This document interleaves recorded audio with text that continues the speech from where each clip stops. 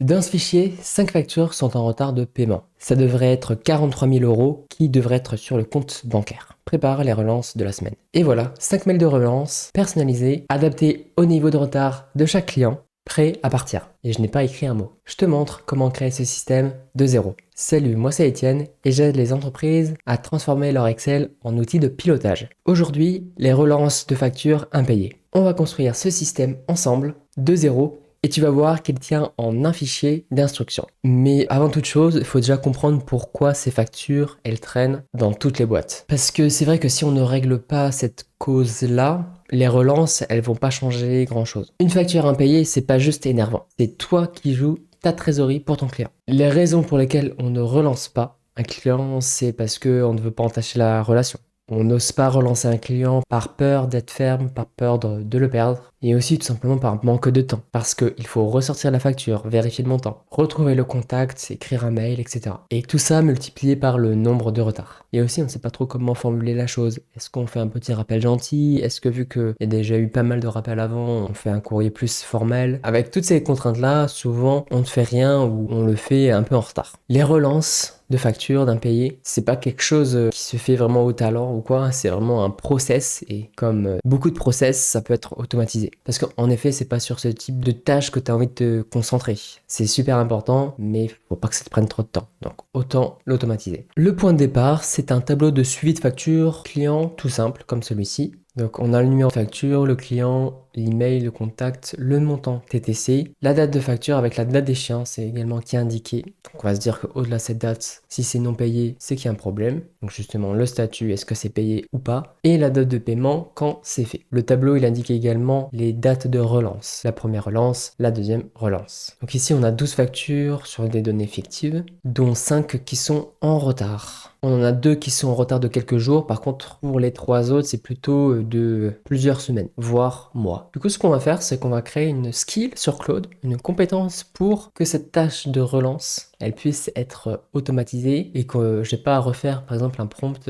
chaque fois sur Claude. Donc, je demande tout simplement à Claude de me créer une skill nommée relance impayée. Et donc à chaque demande de relance, je vais lui demander de lire le fichier suivi facture client, d'identifier les factures non payées dont l'échéance est dépassée et de pré-rédiger un mail pour chacun de ses clients. Et suivant le retard, on va formuler la chose de façon différente. De 1 à 15 jours, ça va être un rappel courtois qui suppose un oubli. De 16 à 45 jours, ça va être une relance un peu plus ferme. Et de plus de 45 jours, ça va être un dernier rappel avant mise en demeure, avec notamment mention des pénalités prévues. Donc il faut se fier au montant, et aussi générer les dates de dernière relance, relance 1, relance 2. Donc on va autoriser tout cela et on va laisser Claude Code créer cette skill. Voilà, il a fini de travailler, donc voici le skill qu'il me propose. Donc tu vois, c'est un fichier MD, fichier texte. Donc sa mission c'est de repérer les factures non payées dont l'échéance est dépassée, d'écrire un mail de relance par client dans là c'est dans mon dossier, de tracer la relance dans le fichier Excel, puis de rendre un récapitulatif chiffré. Donc ne jamais envoyer le mail parce que ça va être à moi de le faire. Donc là ensuite il décompose par étapes. Donc déjà ça va être sélectionner les factures à relancer, le statut sur non payé et une échéance qui est strictement antérieure à la date du jour. Étape 2 ça va être de calculer le retard et le niveau. Ici on a un rappel des différents retards avec les niveaux en termes d'intention. Est-ce qu'on suppose un oubli? Est-ce qu'on veut une date de paiement? Est-ce que c'est un dernier rappel avant mise en demeure? Il faut évidemment regrouper par client, donc ça c'est l'étape 3. Si on a plusieurs factures associées à un même client, l'objectif c'est de tout regrouper dans un seul mail. Ensuite, au niveau de la rédaction de l'email, il y a toutes mes contraintes qui ont été prises en compte. Donc là, ça peut valoir le coup de faire quelques modifications si on estime qu'il y a des choses qui sont pas cohérentes avec notre façon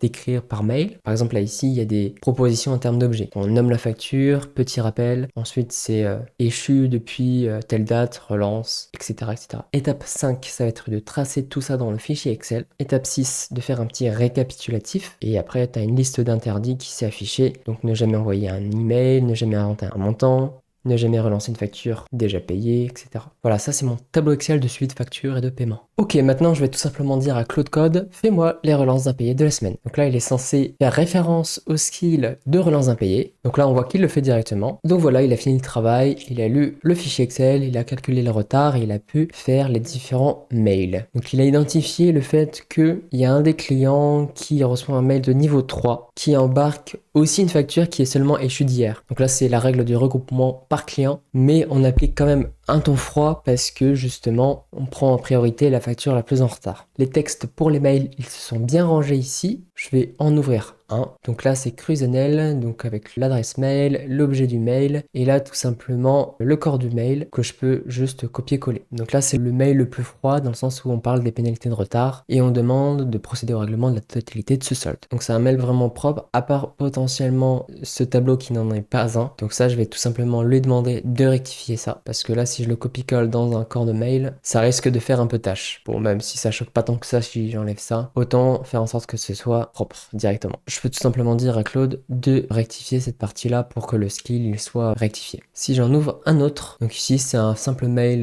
de niveau 1, un simple rappel, petit rappel. Donc là c'est clairement la relance qui suppose un oubli de quelques jours, voilà, c'est pas dramatique. Et si j'ouvre le fichier Excel, eh bien, on voit que les dates de relance, elles sont tracées. Donc ici, on a le 4 août, qui est la date du jour, que l'on voit ici en relance 1 et en relance 2 pour ce fichier. Le point important, c'est que rien ne part seul. La skill, elle crée les mails, mais elle ne les envoie pas. C'est toi qui relis et qui les envoie. C'est vrai aussi qu'il faut faire attention au niveau des données, à ce qu'on envoie à l'IA. Donc ici, ce sont des données complètement anonymisées, des mails complètement anonymisés, mais les noms des clients, les adresses mail des clients, c'est des données à traiter proprement et à anonymiser. L'étape d'après, si tu veux aller plus loin, c'est de brancher tout ça sur une routine qui se déclenche automatiquement. C'est-à-dire que tu n'as pas besoin de dire à Claude, fais-moi les relances d'impayés de la semaine. Non, automatiquement, il te le fait, par exemple tous les lundis matins, sous forme de routine. Comme ça, t'as plus qu'à les vérifier et aller envoyer les mails. Mais voilà, en tout cas, au lieu de passer, je sais pas, 1 heure par semaine pour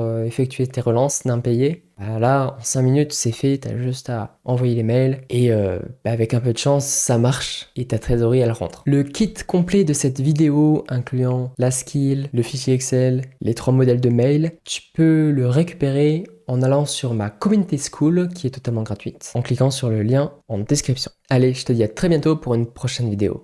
Ciao!